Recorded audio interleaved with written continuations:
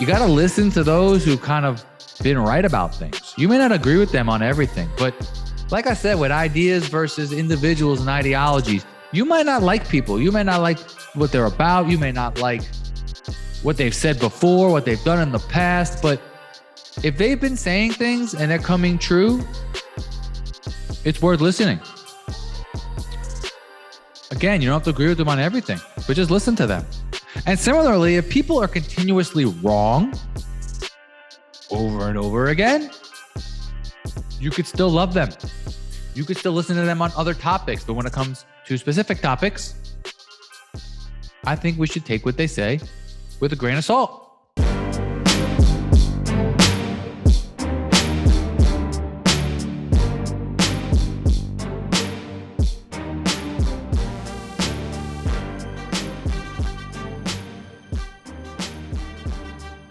Unleashing truth. That's what I'm about. So that's what I'm going to do. I am aware. I am prepared. And therefore, I feel a responsibility to share all that I know with all of you. My name is Michael Stephen, and this is the first episode in a fresh new podcast and platform with the ultimate goal of bringing people together here in 2022. Personally, I'm at a point in life where I feel a calling, an inner drive, an inner mission, even an obligation to stand up and say how I feel about life and about the world. And I'm looking to throw that energy out there and connect with the right people. I will educate and enlighten anyone who wants to listen. You might find some of this harsh. You might find some of this uncomfortable. But in order to truly learn, I believe you need to step outside your comfort zone, see what's in front of you, and gain perspective from all angles. Now, I'm going to cover a wide range of topics in a wide variety of ways. I'm going to be hard-hitting, unique, and of course, entertaining. I'm going to cover overarching themes of life, but also the nuts and bolts. What positive action plans can we take together to make this world a better place? Now, I'm going to have two different types of episodes. Part one, type one, is going to be solo episodes, just me. My style is to look at undeniable data, understand the history, timelines, research, and figure out, hey, what happened? Why did they happen? And how do we react in a positive way? That's the way I look at sports. It's the way I analyze trivial matters in life. That's how I analyze the most important ones. I'm going to leverage my knowledge of philosophy, sports, music, pop culture to come across in an innovative and fun way. Second type of episode, which I'm really looking forward to, is having authentic conversations with all different types of people from all different walks of life. And when I say authentic, I mean like ones you'd have over the phone with your buddy or at a bar or at a ball game. I'm going to talk to friends, colleagues, acquaintances, locally and across the nation. I'm going to talk with experts in their field of business. I'm going to talk to independent entities, important ones that are making a difference across the globe. I want to talk and shine the light on underrated artists and entertainers and athletes, guys who were great, but for whatever reason, they didn't connect with the masses. They're needed now more than ever. Maybe their message wasn't brought across in the right manner. Maybe people weren't ready for it. Well, they better get ready for it. So this is what I want to do. We're going to have solo episodes, and we're going to have fun, cool, informative, crazy conversations to make light of things and try to figure out the best way forward in this world in 2022. All right, now that the preamble is out the way, we can get into this episode. So, you know how much here in America, we have a culture of loving just ranking things and top 10 lists and arbitrary round numbers and triple doubles and everything. We like 10, right? So this first episode, I will do that. I'm going to have 8 sections, 10 personal mottos, 10 beliefs that I have on human nature, 10 proverbs, 10 movie quotes, 10 rap quotes, 10 quotes from famous people, 10 whys. Why did this happen? And then my last section, beliefs. An infinite number. It could be 5, could be 15, could be 20, depending on how I'm feeling on this given day. Beliefs that I have on society. So part 1, 10 personal mottos, phrases, sayings, words to live by that I would like to share with you. Number 1, align with ideas, not individuals or ideologies. Number 2, self-awareness is king. Number 3, trust your eyes and trust data. Do not trust political science. Number 4, we must put real-time events in the context of human history. Number 5, we live in a world where my truth is encouraged, but the objective truth is hard to find. Number 6, if you will 100% say something to someone's face, it isn't shit talking if they aren't around. Number 7, listen with the same enthusiasm as that of which you want to talk. 8, the more I learn, the more I realize how much more there is to still learn. Number 9, reframing any life problem to see the positive angle is the best way to go about living in this world. And 10, connecting communities and creating win-win situations are what make your life and the world a better place. Part 2, 10 thoughts, 10 beliefs that I have on human nature. Number 1, boxes. Have you noticed how much we always want to put each other into boxes? Oh, you voted for this person? Oh, I think this of you. Oh, you took this medicine this many times. Oh, I think this about you. Oh, you took this kind of compromise, or you think this about this topic. It's like, oh, you're this. That's what we do. Now, it's simple for us. We want to compartmentalize people just like we compartmentalize other things in our brain because we have so much going on in our lives. So it just simplifies the process for us when we're trying to figure out, hey, what people do we want in our life? I get it. That's human nature. But at the same time, not everything is A or Z, black or white. Most of life, we live in a gray area. There are areas for black and white, but not here. Not when it comes to people, because people are all individuals. We all have our strengths. We all have our flaws.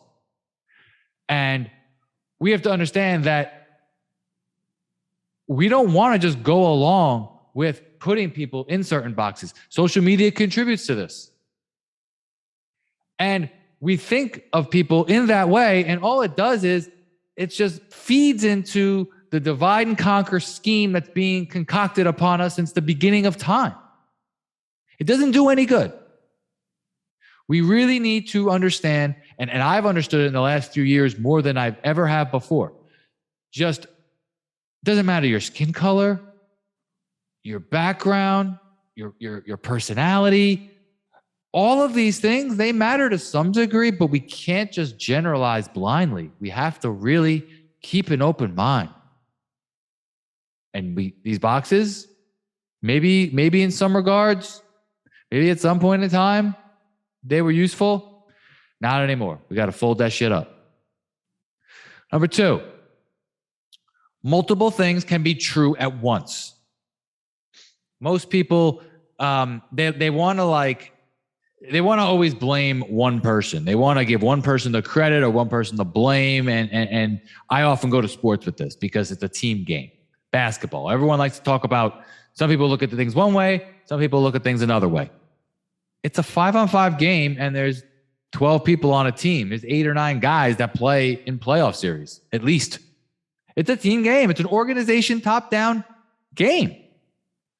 You know, like Michael Jordan, best athlete in team sport history, in my opinion. He was 1-9 in the playoffs before Scottie Pippen joined. So because of that, does that mean Jordan can't be the greatest? No, both things can be true at once because you have to look at the context. Steph Curry and Draymond Green. I think Steph Curry is one of the 15 best players ever, 15 or 20. Some people think top 10.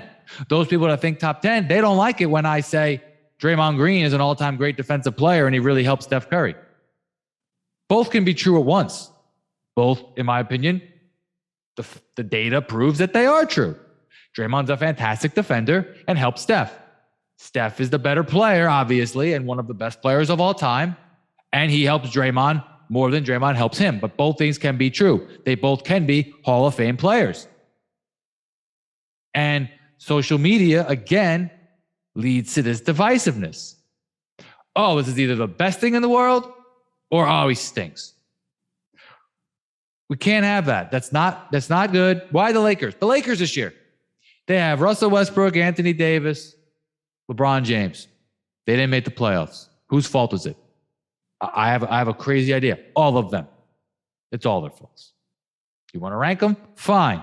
But that's an organization and then those three players in whatever order. It's not just one. Stop trying to pigeonhole every situation and every person and break it down into one thing. Number 3, I believe we need to think for ourselves.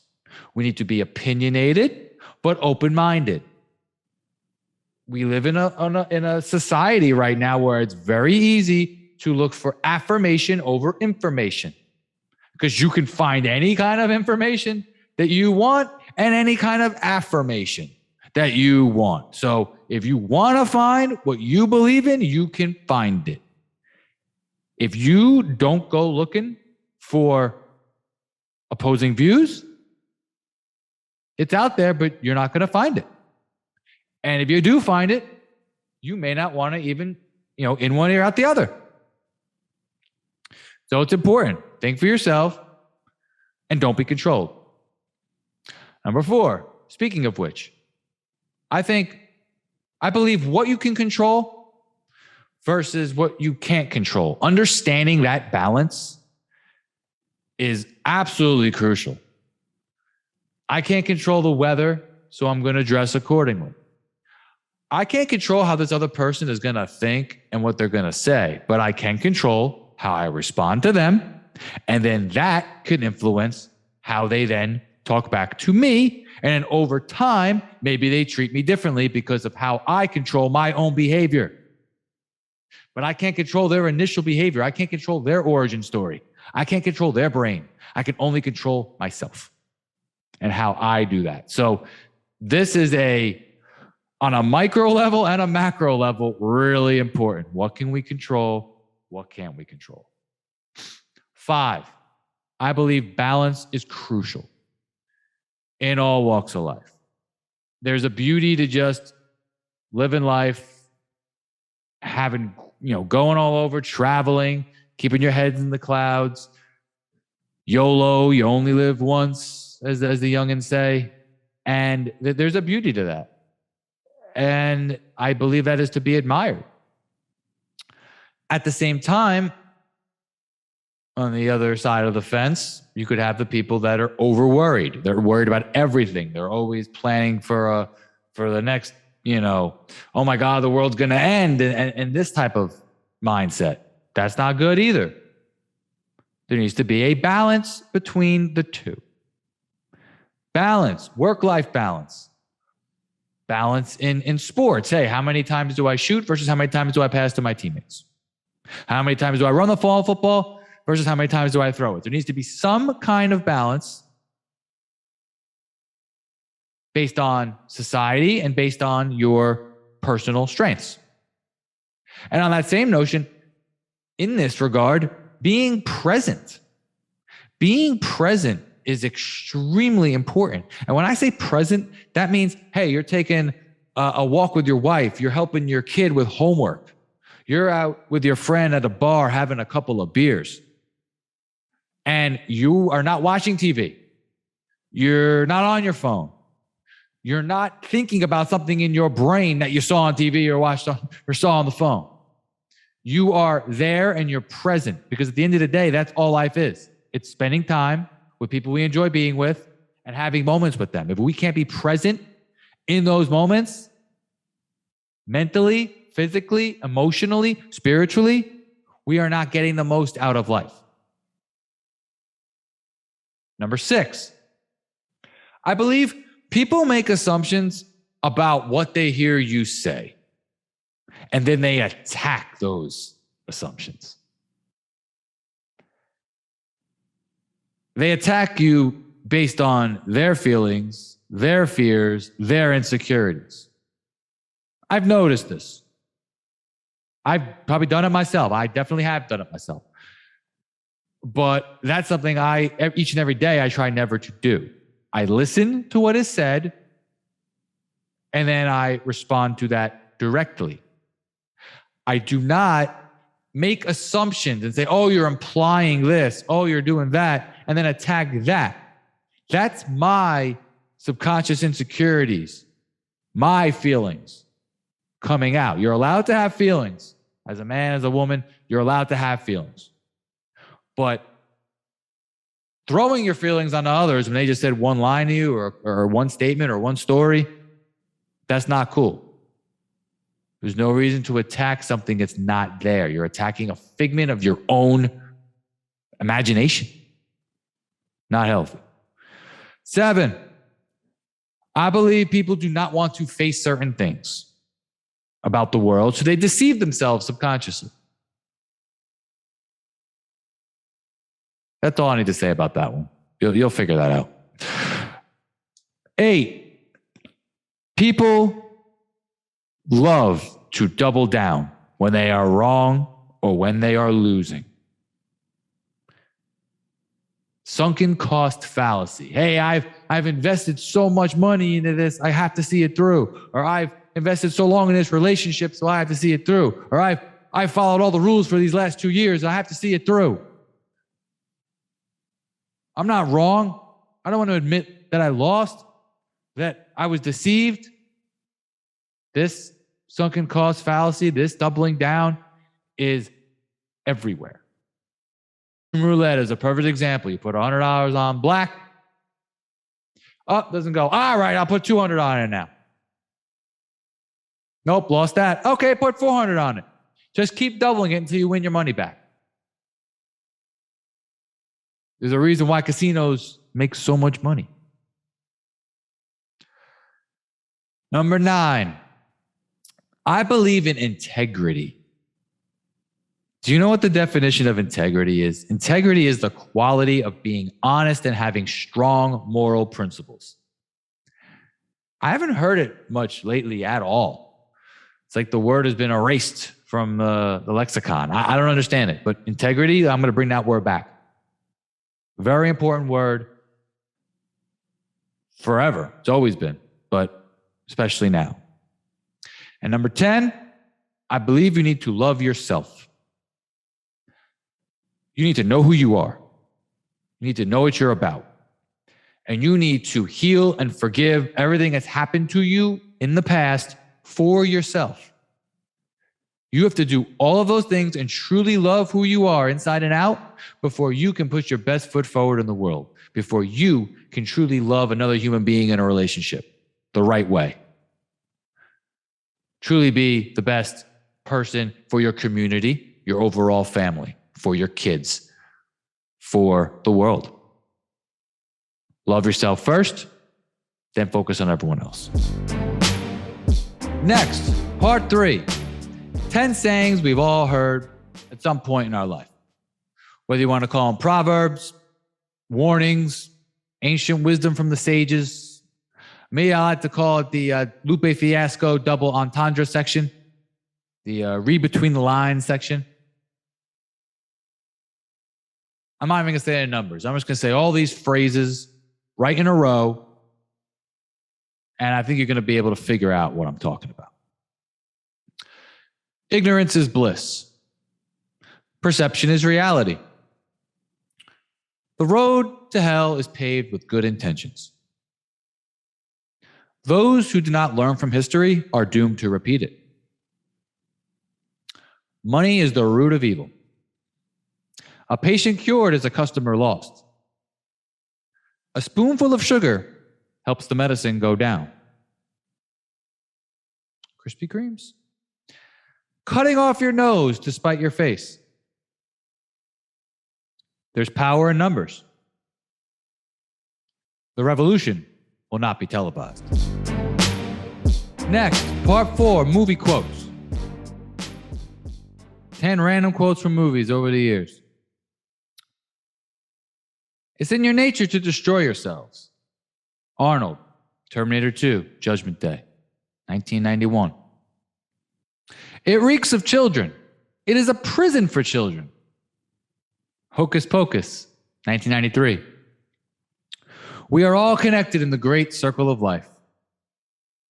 Mufasa, 1994, R.I.P. Get busy living or get busy dying. Annie Dufresne, Shawshank, 1994.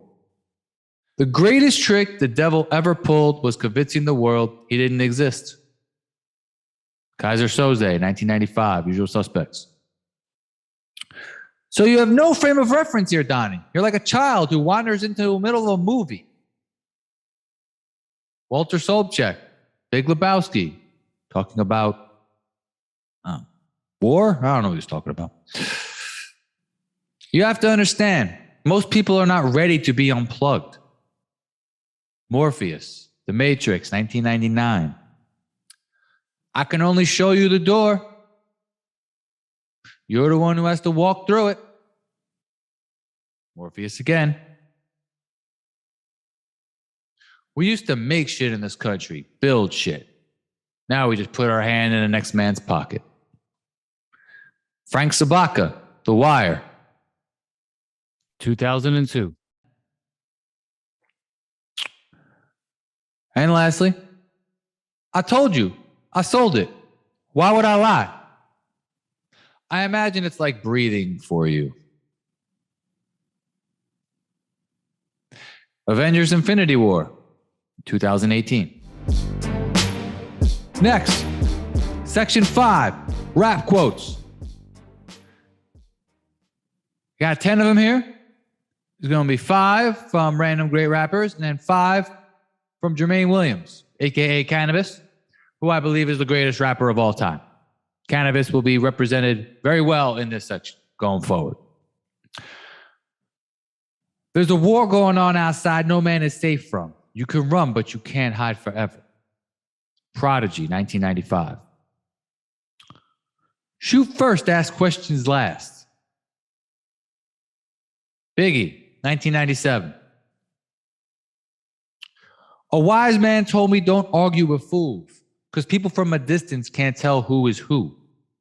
Jay-Z, 2001. Lucifer is God in the public school system.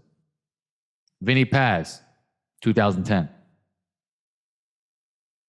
I ain't scared of the pandemic. I'm scared of people who panic. Please, God, protect the whole planet. Exhibit, 2020. Cannabis time. Before the new world order, right around the corner, one day soon they're going to lock down the borders. Cannabis, 2007. It's happened before. It'll happen again. It's happening over there. It'll spread here, my friend. Cannabis, 2007. The Federal Communication Commission started a new division with the intention to cripple our children mentally deficient from television. This radio programming we listen to got too many elements missing.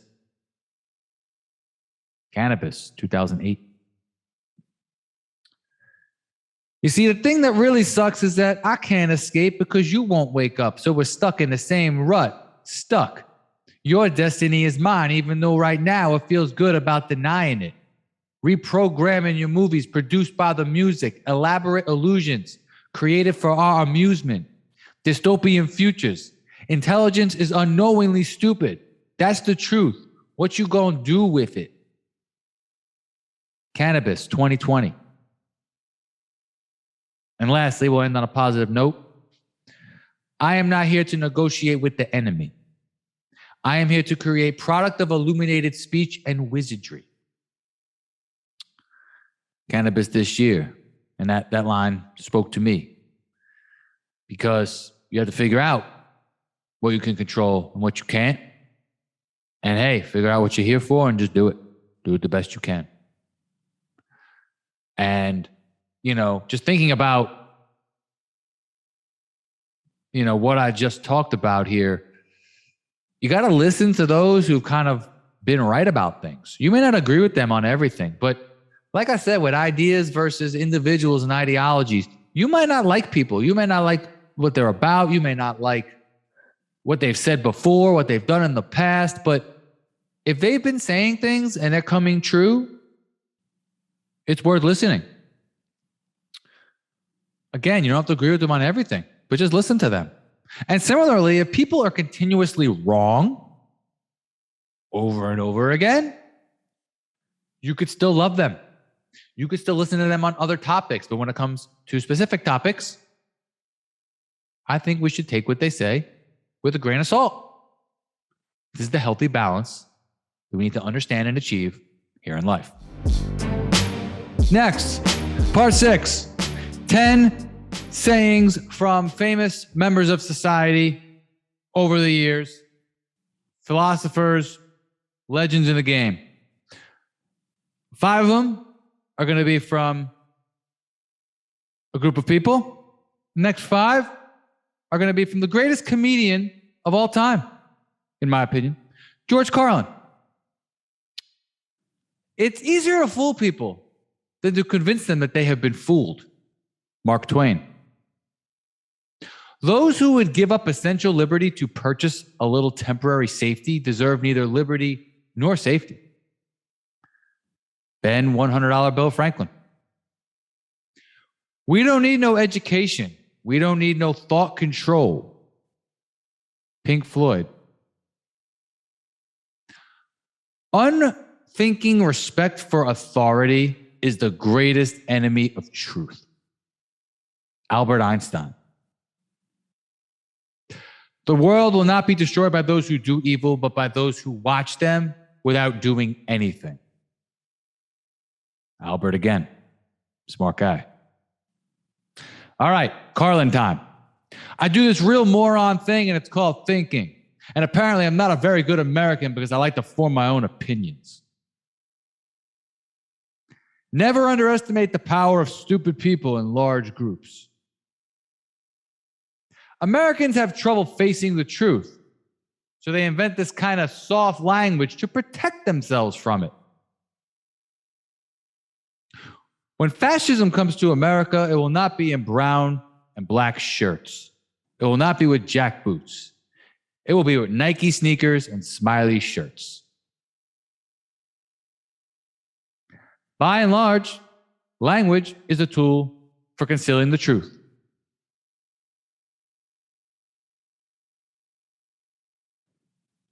And that's the reason I think Carlin's the greatest comedian of all time. I can ran off 50 things that he said. Great philosopher, ripped on everybody equally. I don't always agree with him, but I appreciate the way he used words, the way he kind of combated the last thing he just said. Because by and large, he used language to speak the truth that he saw. And that's what I want to do. And that's what I believe everyone should do. Next, part 7, the why section. I'm going to call it the Jadakiss why section. Jadakiss, an all-time great rapper from New York. He had a song about, decade and a half ago named Why, where he kind of just questioned a lot of things that happened in society. Well, I'm going to do that right now. This is 10 things that have happened. These are data points. Whether they're real, whether they're not, whether you think it was a figment of your imagination, these videos, these publications, they occurred. They're on record. So why? Why are these things possible? Why did the White House publication state in December of 2021 that for the uninitiated, you're looking at a winter of severe illness and death? Why did the FDA and Pfizer request 75 years to release data on 2021's most popular medicine? Why did most people in my inner circle get initiated in 2021? I'll answer that one. Travel, family pressure, jobs, coercion, not science. Why did World Economic Forum leader, a man that I'll call Santa Claus, say, so we penetrate the cabinets? They have all been young leaders of the World Economic Forum. Why did he say that in 2017 in a video that just resurfaced this year? Why did Santa Claus say in April of 2022, nobody will be safe if not everybody is initiated? Why did William Fences say, so we'll have to prepare for the next one? That one I'll say I'll get attention this time, with a smirk. William Fences, got to watch out for him. Why did the mayor of New York City in April of 2022 celebrate that he won his legal battle and that 2 to 4-year-old children will need to continue to wear masks in all schools and daycare?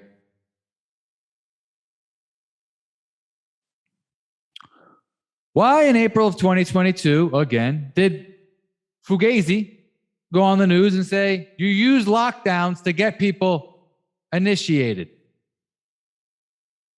Was that a Freudian slip of the tongue? Why in April of 2022? Are there videos from Shanghai with drones being heard saying, control your soul's desire for freedom?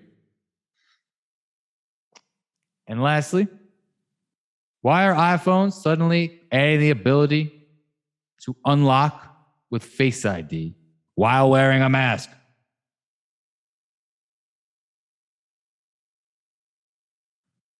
It's scary because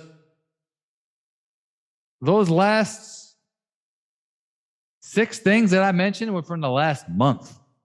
William Fences saying, hey, we gotta prepare for the next one. Gonna get attention this time. You think about the World Economic Forum and Santa Claus. Who are his young leaders he's referring to? Well, he's talking about Canada, Argentina, New Zealand, France. And you ask yourself, what was their response in 2020? Data points. Ask yourself why. Put the puzzle pieces together and put the puzzle together in your mind. Don't listen to someone like me tell you what's happening. Listen to people like myself give you information respectfully, honestly, for the benefit of all of us, and then come to your own conclusions. That's what this why section is trying to accomplish. Next, our final section. We're going to end with a bang. Some random beliefs that I have on society. I'd say it's a smorgasbord of items pertaining to family, race, and the last couple of years of the world. Number 1, I believe that family units are the building blocks of society. Number 2, I believe there are 2 genders. If a child wants to transition from one to the other, that is their human right. That does not bother me at all. But I believe that schools and Mickey Mouse should stay out of it. They should not advertise it. They should not promote it. It is the parents' decision on what to do with their children until they're 18. After the age of 18, you could do whatever you would like.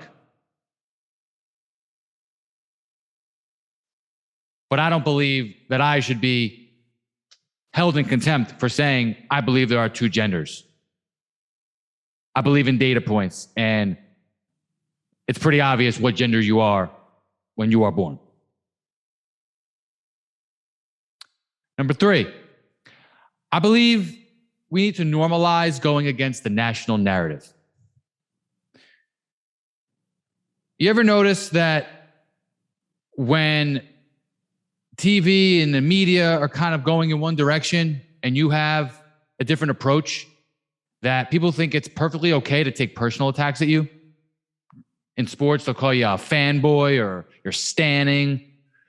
They could just call you stupid. Oh, you're an idiot. Or, oh, what are you talking about? Oh, you think you're all, why are you going against what everyone else is doing? I don't think that's appropriate. I don't think that's healthy.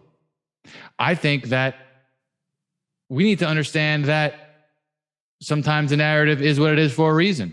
Sometimes the majority of people, like in a sport, the majority of people could feel one way, and maybe I don't, and I have a right to give arguments as to why I don't feel that way without being called names. How about instead of taking personal attacks, you just argue politely about what I said, argue the facts of the case, don't make personal attacks, because when you do that, that's an emotional response. That is not proving your point to any degree. And then sometimes the national narrative might not actually represent the majority of people. It might be a small minority that's trying to control the majority, like my last belief. I think most of us understand there are two genders, but the narrative is going against that. So now if I say it, I'm the bad guy. In reality, I'm just saying how I feel and what I believe, and I have arguments as to why I feel that way. So when we talk about the national narrative, it could be the majority or it could be the minority, where we have to be careful not to offend that vocal minority. We need to normalize going against it as long as we do it in a respectful, intelligent manner. Number 4, I believe racism exists, but not everything is about race. I am a white man. I didn't choose that. That is how I was born. Am I privileged in America? Yes. Do I apologize for that privilege? No. When it was my time to come into this world, it wasn't like I picked a card and say, hey, yeah, white man. No, I didn't do that.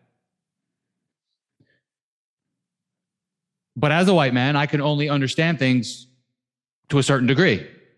I cannot understand what it's like to walk a mile in the shoes on a day-to-day basis of someone who's Black, Hispanic, Asian, in this country or anywhere around the world. I can't even pretend that I could understand what they go through. All I could do is listen to them and keep an open mind and be empathetic. But you could be empathetic, but also call out shit when you see it. Now, what's a perfect example of this? Joe Rogan. A few months ago, videos of his emerged from about a decade prior of him making some racially insensitive comments. Now, why was this brought up? Was it brought up to out him as some sort of racist? No. It was brought up because he was having guests, doctors, entertainers, random people come on and give alternative viewpoints against the national narrative, which I was just talking about. So they used racism to disguise a classism issue. This happens time and time again, and we have to watch out for it. All that being said, sometimes classism is used to disguise a racism issue. And also,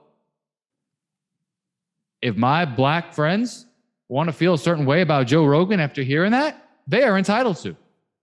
Two things can be true at once. It's like, yeah, they pulled that because of information that he was broadcasting to millions of people. He flew too close to the sun, so to speak.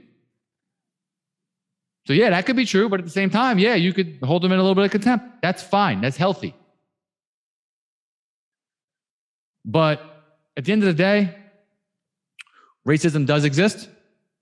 There are sometimes subtle racists in this country and overt ones. And they come at all angles, all political parties. And we have to understand that. It's not a red versus blue type of ordeal like everyone likes to do, like we talk about with boxes. Not a one size fits all. And not everything is about race. And one other thing I want to mention on this topic is let kids be kids. Don't always throw in kids' faces about diversity, equity, and inclusion. Just let kids be kids and let their brains figure things out. Yes, some parents put negative, racist, vile thoughts in their kids' heads. Yes, but most don't. So when the school comes in and gives their twist on it, it just fills their brains with unnecessary information. Kids are born with a blank slate. Let them figure it out on their own. So I'm talking to parents too. Let the kids figure it out on their own. And don't hammer them with the race point. The only thing I think that parents need to do is to combat the school and to say, hey, treat people equally. Don't judge them on their skin color. Number 5, I believe that the NFL and its media affiliates conspired against Russell Wilson to change the narrative about him so that he was not a superstar in the NFL right away. I believe this was the case based on tons of anecdotal data that happened from 2012 even to current day. But in order to fully understand why I feel this way, we need to backtrack and go into history. Since the beginning of American football, the quarterback position has been run by a white man, usually a tall white quarterback. They are the face of the team. They run the show. And when black players at all levels would play quarterback, they would eventually be transitioned to more athletic skill positions like a receiver, a running back, cornerback, safety, linebacker. Why? Well, because they're more athletic. And on average, statistically, they are. But that was a facade. It was a facade for the real reason, which is that coaches, general managers, owners, people who ran football, they were saying, quarterback is the face of the team, and the quarterback needs to have the intelligence to read a defense, lead the huddle, make quick decisions. And we need a white man to do that. A black man is not as intelligent. That's just a cold, hard reality of how it went from the top down. Look at Warren Moon. Warren Moon had to go to the Canadian Football League for a few years and dominate there before they let him in the NFL in the late 80s. Doug Williams won a Super Bowl in the early 80s, and that was a big deal. Mid-80s. And you can't convince me that there couldn't have been more black quarterbacks in the 70s, 80s, and 90s. They were transitioned to other athletic positions. Now, both could be true at once. Like, yeah, they could have moved people over because, yeah, they were just better athletes. But it doesn't explain the lack of black quarterbacks in the league over that time period.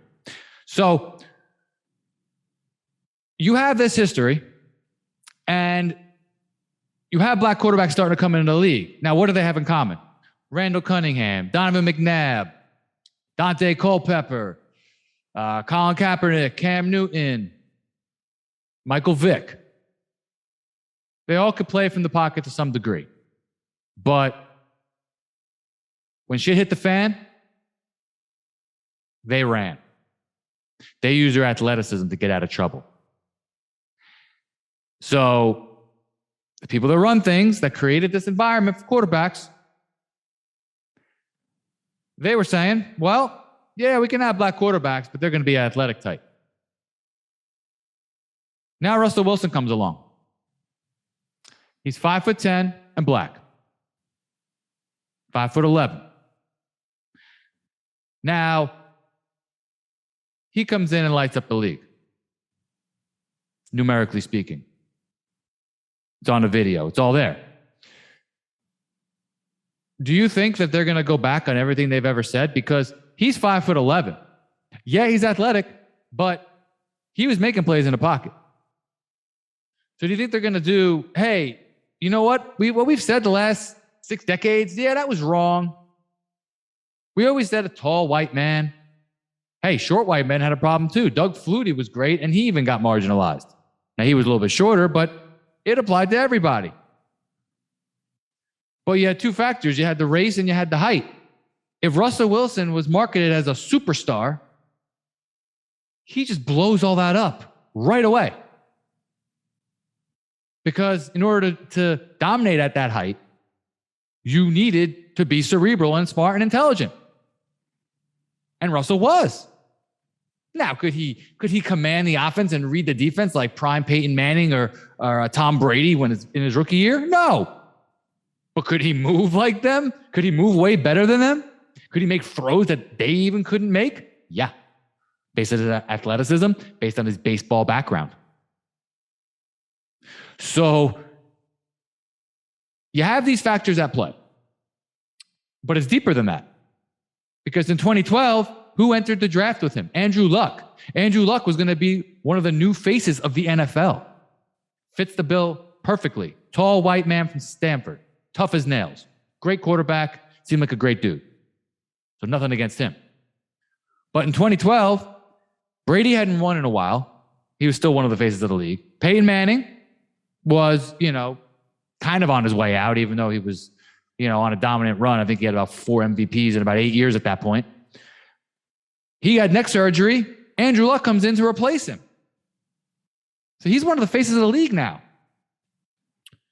And Luck was excellent, but Wilson was better. All the stats, all the numbers showed that. But Andrew Luck was being talked up as a top 5 quarterback, top 10 quarterback. And he basically won like one playoff game in a couple of years. Russell Wilson won a Super Bowl in his second year. Russell Wilson had 2,712 yards, 24 touchdowns, 4 picks in his last 10 games of 2012. Those are top 5 quarterback numbers. He had the arm, and he had the leadership, and he had just the results. And when, think about this. You can argue Dan Marino's better than Joe Montana, but you're not going to win. You're not going to have the better court case because Montana won 4 Super Bowls and Marino didn't. The man who didn't win has to have the overwhelming evidence against the guy who did win. But the media narrative was flipped on this. Russell Wilson wasn't considered as good as Andrew Luck, even though he put up those numbers in 2012. And then in 2013, he played amazingly for the first 12, 13 games. And then he had some tough NFC West games. And Pete Carroll loves to run the ball and grind out games. So Russell Wilson was marginalized and nationally, and Andrew Luck was the better quarterback.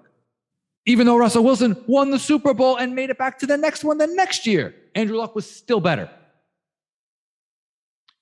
Completely reversed of how we've always looked at the game. The person who didn't win has to have the better numbers. Luck had better volume numbers, but he didn't have better numbers. He did not. He did not have the better video. He did not. But with all the information we have out there, you could just pick and choose what you want to focus on. And yeah, then you just conveniently ignore Luck's interceptions and focus on Russell Wilson's sacks. Yeah, sure. And as Pete Carroll not letting him throw the ball, yeah, then sure, you can argue Luck is better, but it's not a good case. Especially when Russell's winning playoff games and throwing, perfect 50-yard dimes in the 2013 and 2014 seasons to bring his team to the Super Bowl. 2 game-winning touchdown passes in back-to-back years in the NFC Championship game. So, bottom line, I know I'm ranting here, but obviously I've thought about this for many years. There was a conspiracy, in my humble opinion, and it was because of the history of the game.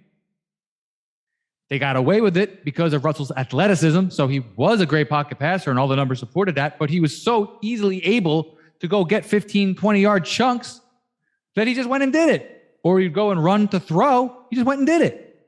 And the league hadn't seen that yet. They give Mahomes all the credit for making these crazy off-kilter throws. Russell did it too. And he was so unbelievably accurate when he was getting hit and when he was on a move that it was like, that was just luck. That was fluky. They'd never seen that before. Maybe Fran Tarkenton.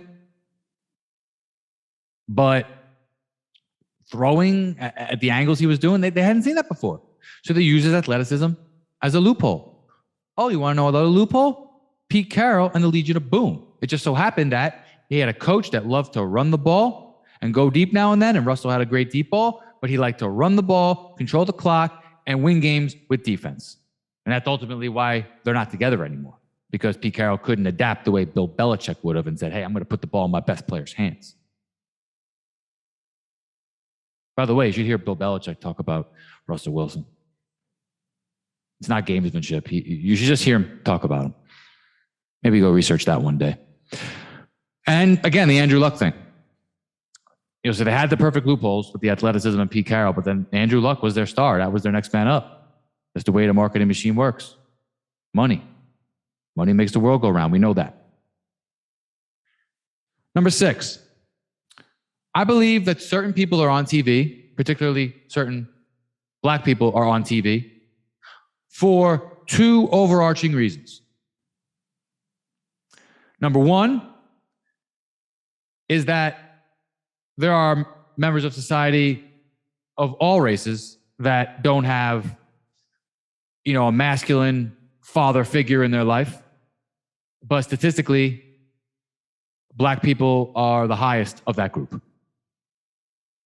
And I want to give credit to Kwame Brown for bringing this out, because he intelligently explained it and stated, there's a lot of young black men right now that grew up watching the type of sports rhetoric and the type of just general rhetoric that's on TV, and they think that's the way they're supposed to have arguments and have conversations and be emotional and not just talk about it calmly and listen to the other side and have an open mind. No, it's just yelling and screaming and hot takes.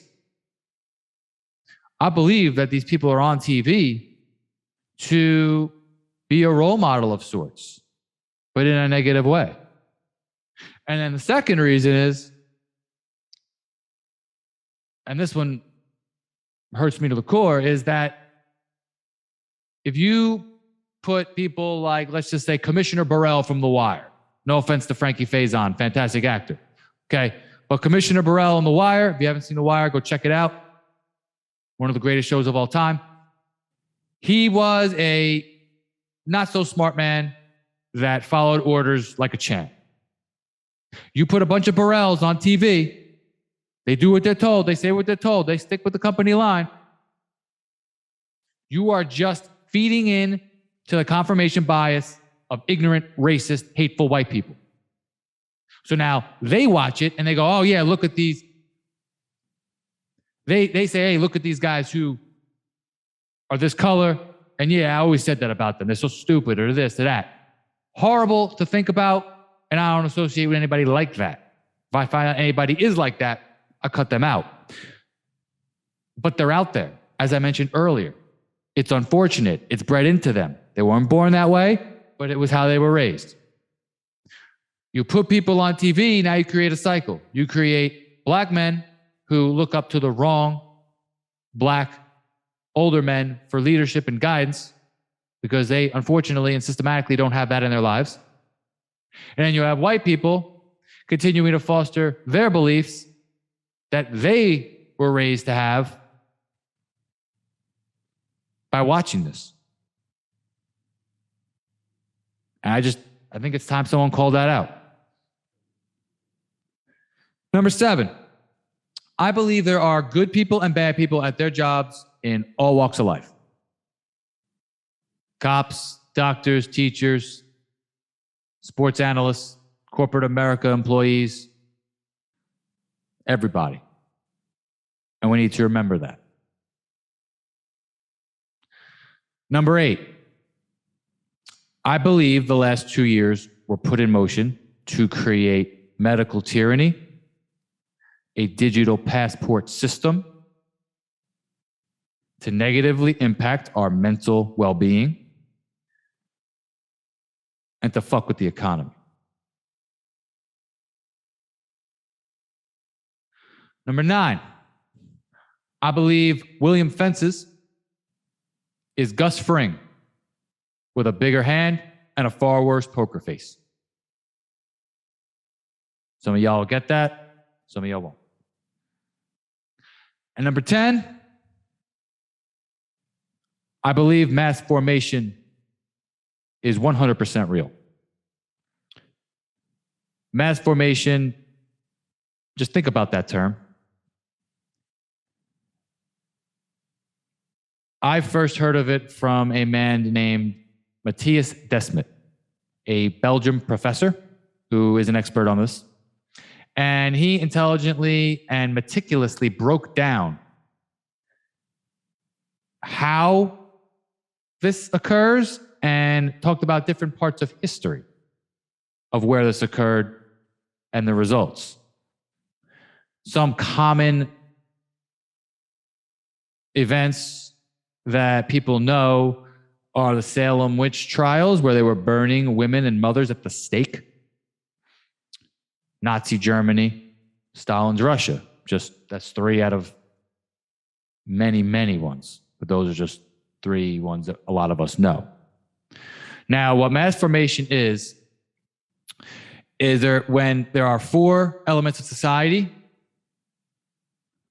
that are present when a major crazy event happens, it creates an effect where those 4 aspects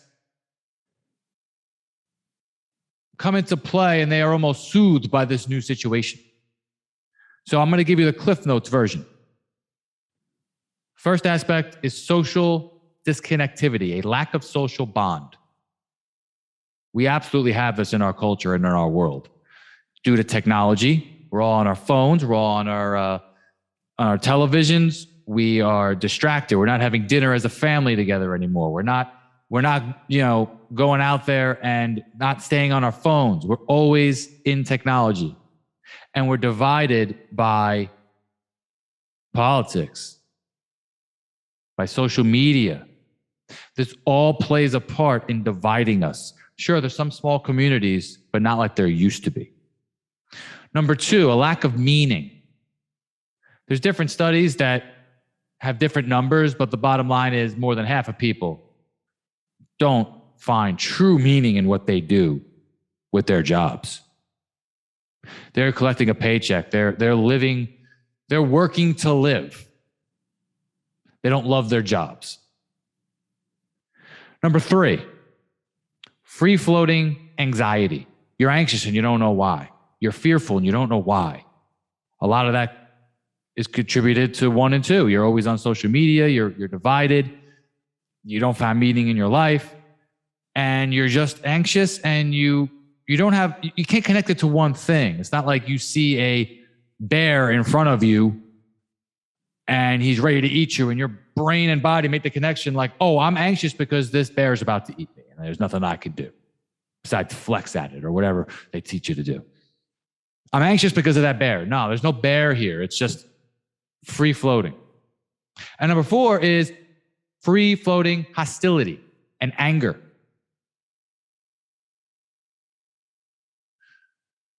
We 100% have that.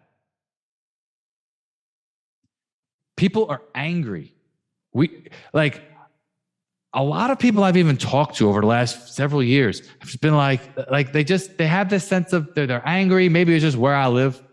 I like to think that. But the way people's tempers are, the road rage, just, again, social media plays into it. And again, you're going to be angry. I catch myself. I'm a pretty stoic guy overall. I got a lot of energy, as you can see, but I'm pretty stoic overall. It's hard to not lash out when you don't have that social bond, when you don't have meaning in your life. It's just bothering you. Something in your gut, in your soul is bothering you because you're not doing what you're supposed to do. You're not fulfilling your purpose. And you have this anger. So now 2020 comes, this major event hits. We all know what it is. And what happens? What do? Well, we all do what we're supposed to do. We do what we're told. We're in this together. We're going to band together and fight this thing and win. And what do? Now you have a new social bond. Now you have meaning. You cure your anxiety. Now I know what I was anxious about. Now you have less anxiety. What are we going to do with all that anger? I know we're going to take that anger out on anyone who doesn't go along with what we're doing, because what we're doing is right, and we are part of society. And if you don't do what you're supposed to do for your common man,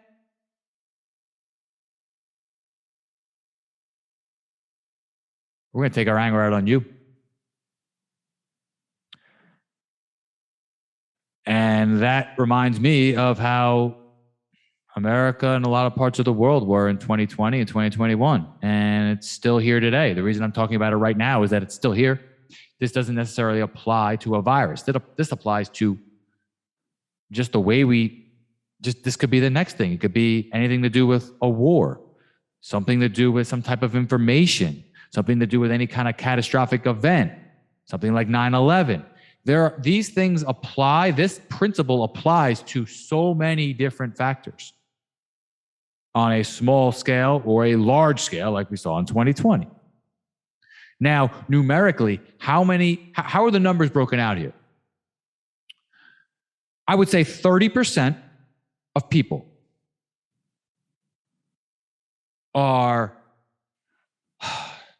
bought into the narrative. They go along with what the media says and what the national leaders say in all fields.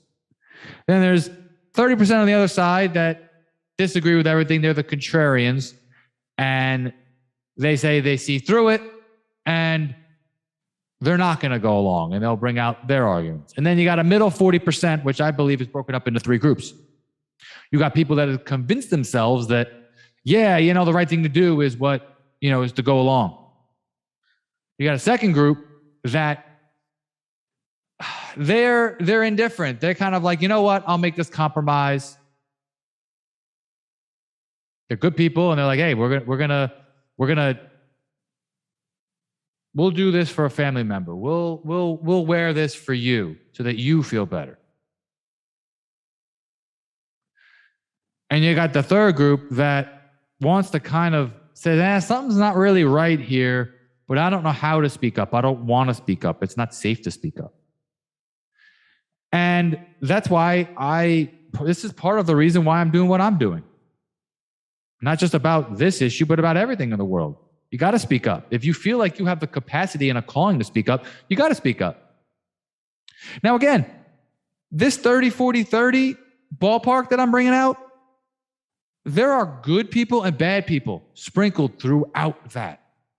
There are evil people on both sides. There are good people. There are useful idiots. They're all sprinkled, all educations, all skin colors. What did I say about boxes? It's completely scattered. It's not a one size fits all. And the bottom line is we all need to wake up. I'm on the side of all 100% of them. A lot of those 30% that are really fearful and really tyrannical in a lot of ways. They're like tyrannical and fearful. they mean well. They're good people. They just don't, we need to forgive their trespasses, so to speak, and forgive their almost borderline virtue signaling to some degree, while we also being scared because they're in this mass formation. They haven't seen how slowly but surely they got there. They don't even, they would hear this, it would be in one ear out the other. But there are a lot of people that can wake up. A lot of people in that 40%. The bottom line is mass formation, it's still here. It was a buzz term a few months ago, but it's still here. We need to recognize it. On that note, I hope you all found this informative and entertaining. I know I ended on a harsh note. I know that you may not agree with a lot of what I said, but I hope you can respect it, open your eyes and ears, think for yourselves, and listen, I got to shine the light on things right in front of us. Nothing that I said today is anything new. It's just a new way of bringing it about. And I believe that we all need to do that mentally. And that will help unite us and bring true positivity into this world. So on that note, Michael Stephen, signing out. Peace.